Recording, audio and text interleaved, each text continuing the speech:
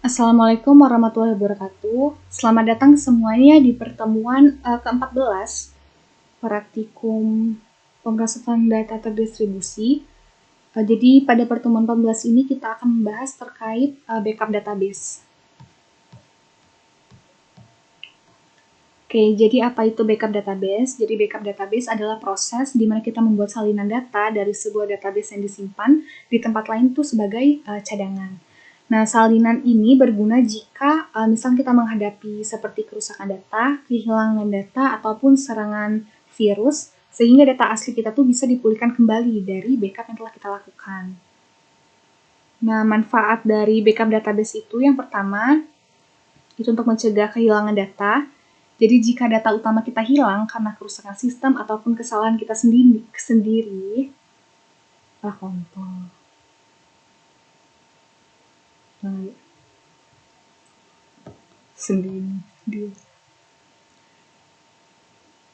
Assalamualaikum warahmatullahi wabarakatuh. Selamat datang semuanya di pertemuan ke-14 praktikum pemrosesan data terdistribusi. Nah, jadi pada pertemuan kali ini kita akan membahas terkait backup database. Nah, jadi apa itu backup database? Backup database adalah proses di mana kita membuat salinan dari sebuah database yang disimpan di tempat lain sebagai cadangan. Nah, salinan ini berguna kalau misalkan kita menghadapi suatu masalah seperti kerusakan data, kehilangan data, ataupun serangan virus, sehingga data asli bisa dipulihkan kembali dari backup yang telah kita lakukan. Nah, untuk manfaat dari backup database sendiri, itu yang pertama untuk mencegah kehilangan data. Jadi, kalau misalkan data utama kita hilang, baik karena kerusakan sistem ataupun kesalahan kita sendiri, backup ini memungkinkan data kita untuk dipulihkan. Lalu yang kedua itu mempercepat pemulihan sistem. Jadi dengan backup database itu bisa dikembalikan ke kondisi terakhir sebelum terjadinya masalah. Lalu yang ketiga itu melindungi dari serangan malware ataupun ransomware. Nah, jadi kalau misalkan data kita terinfeksi malware atau ransomware, nah backup ini bisa kita gunakan untuk mengembalikan data yang bersih. Karena kan kalau misalkan data kita udah kena serangan malware ataupun ransomware, pasti ada data yang rusak.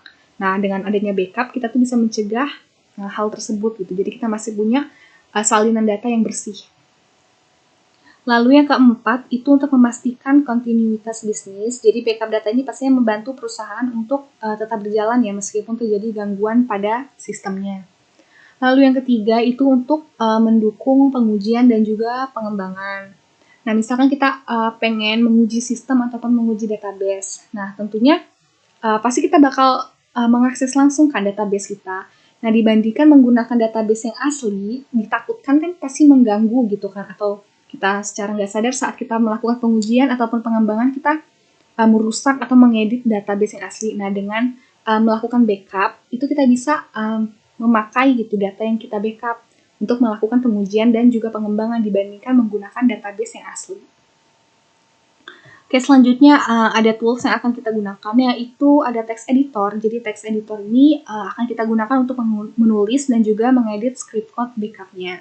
Di sini text editor yang akan kita pakai itu pakai Notepad. Lalu yang kedua ada task scheduler. Jadi ini untuk database otomatis ya, sesuai waktu yang akan kita set nantinya. Oke, langsung aja ke langkah praktikumnya. Pertama kalian buat folder, namanya tuh backup, di directory D. Nih ya, kalian buat di directory D.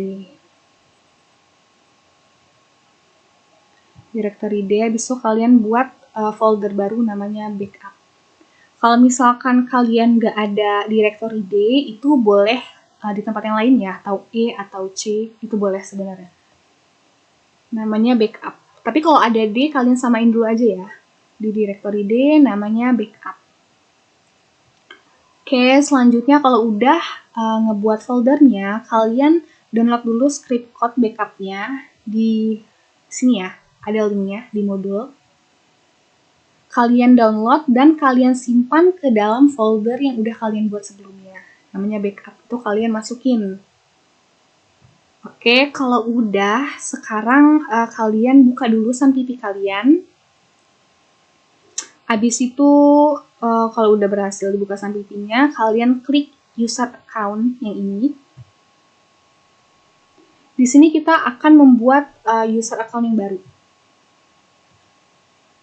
Nih ya, kalian lihat di modul, kalian samain dengan yang di modul.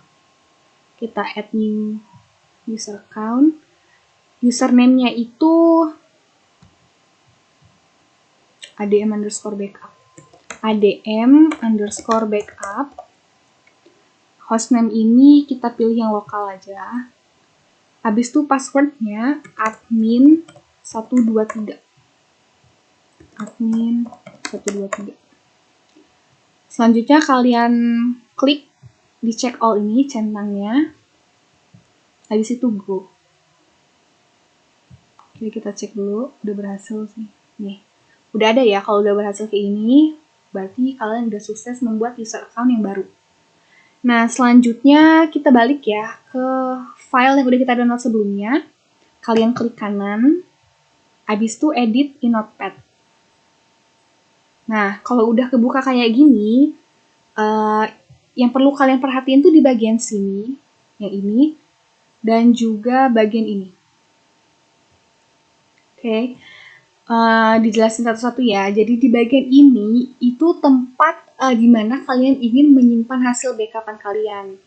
Tadi kan kita udah ngebuat nih, nama folder backup di directory D. Kalau misalkan kalian ngikutin saya persis di directory D namanya backup, ini nggak perlu kalian edit. Jadi udah biarin kayak gini aja. Tapi kalau misalkan kalian tadi ngebuat di directory C atau E misalkan, ini perlu diganti. Jadi harus kalian sesuaiin dengan directory mana kalian buatnya. Ya, misalkan ini kan D backup. Nah, tinggal di copy aja, habis itu kalian paste kalau misalkan beda ya. Mau misalkan kalian backup B-nya besar atau kecil itu nggak masalah, nggak ada yang beda, sama aja. Nah, selanjutnya di sini yang kedua, ini tuh directory kalian nyimpen SAMPP kalian. Kalau saya kan nyimpennya di directory C, makanya jadi kayak gini. Kalau kalian bingung ngeceknya, coba kalian cari environment variables. Oke, di sini ada MySQL. Harusnya ada. Kalau belum ada, itu bisa kalian cari secara manual ya. Jadi kita ke C. Tergantung kalian nyimpennya di mana ya. Kalau saya kan di C. Terus kita cari nama foldernya SAMPP. Habis itu MySQL. bin. Habis itu cari mysql.exe yang ini.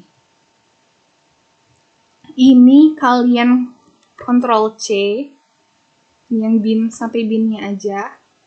Habis itu kalian pastein di sini. Kalau misalkan kalian beda ya, bukan di directory C, itu kalian ganti. Nah, kalau misalkan udah, kalau misalkan nggak ada nih di environment variables, bisa kalian tambahin ya. New, namanya MySQL, habis itu variable values-nya kalian copyin, kalian pastein dari kopian sebelumnya di directory mana, itu kalian copy. Ditambahin mysql.exe.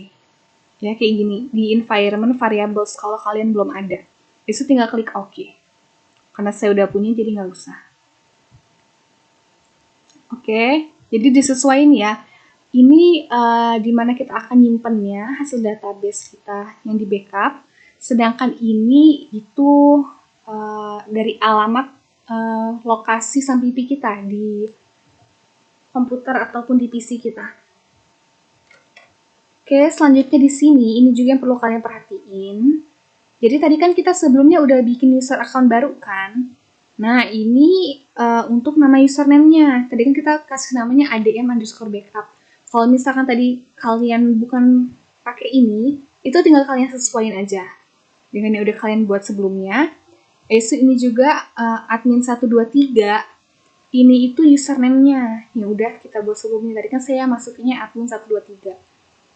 Lalu untuk yang adsi, ini nama database yang pengen kalian backup. Kan kalian pasti punya nih banyak database. Itu bisa kalian Kalau misalkan mau kalian ganti itu bisa. Jadi nggak mau pakai aksi bisa, pakai apapun itu bisa. Cuma kalau kalian ada database aksi, boleh pakai yang aksi. Ataupun yang lain juga nggak apa-apa sih, terserah kalian. Tapi disesuaiin ya, jadi file ini nggak mungkin plek-plek dengan saya, jadi sesuai dengan punya kalian sendiri. Kalau udah, tinggal kita Ctrl S. Nah, kalau udah kita edit, lanjut di sini kita balik ke folder backup. Nah, di sini folder backup ini dihapus dulu deh.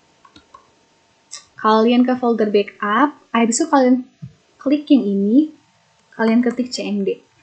Jadi biar kalau kita buka cmd kita udah langsung masuk ke backup directory D. Nah, kalau udah, ini sekarang tinggal kalian ketik sesuai nama ini, mysqlbackup.bat. Kalau udah gini, kalian enter. Nah, udah kan? Ini kan ada nih nama backup yang baru. Ini hasil dari backup yang udah kita lakukan. Kita buka dulu ya. Ini kan tadi saya backup database-nya aksi. Ini udah sesuai nih, aksi. Coba kita bandingin ya.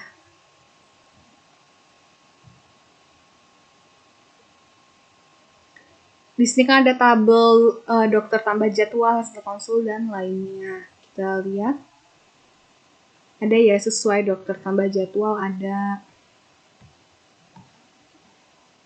hasil konsul, ada. Ini kalau di scroll udah sama persis. Jadi udah berhasil. Kalau misalkan masih ada yang gagal, itu perlu kalian perhatiin lagi ya di bagian script ini dan juga bagian ini, line yang ini. Kalau misalkan masih gagal, biasanya ada yang salah, atau mungkin tadi kalian typo masukin passwordnya atau kayak mana.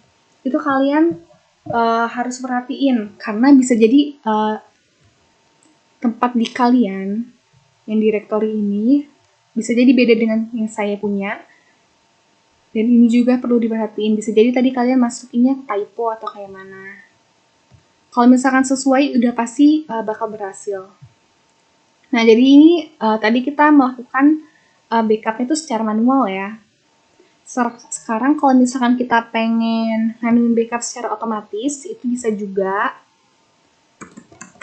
Jadi kita buka dulu task scheduler.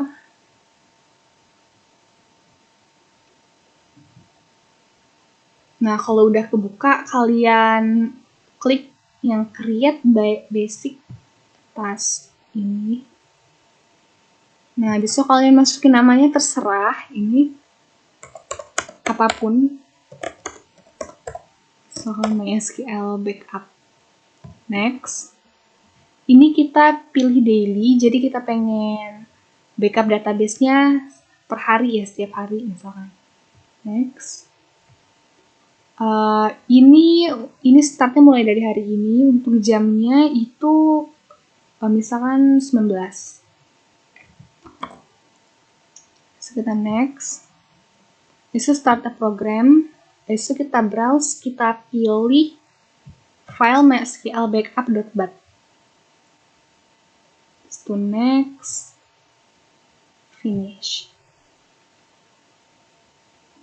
Oke, jadi udah berhasil dibuat. Cara ngeceknya udah berhasil masuk apa belum. Kalian klik yang task scheduler library, habis itu kita refresh dulu. Nah, ini nih udah berhasil ya, tadi udah kita buat. Nah, jadi dia akan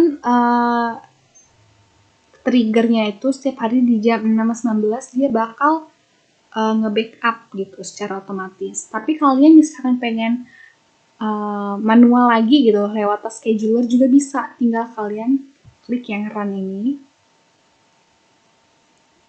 Coba kita cek. Nah, ini udah ada ya.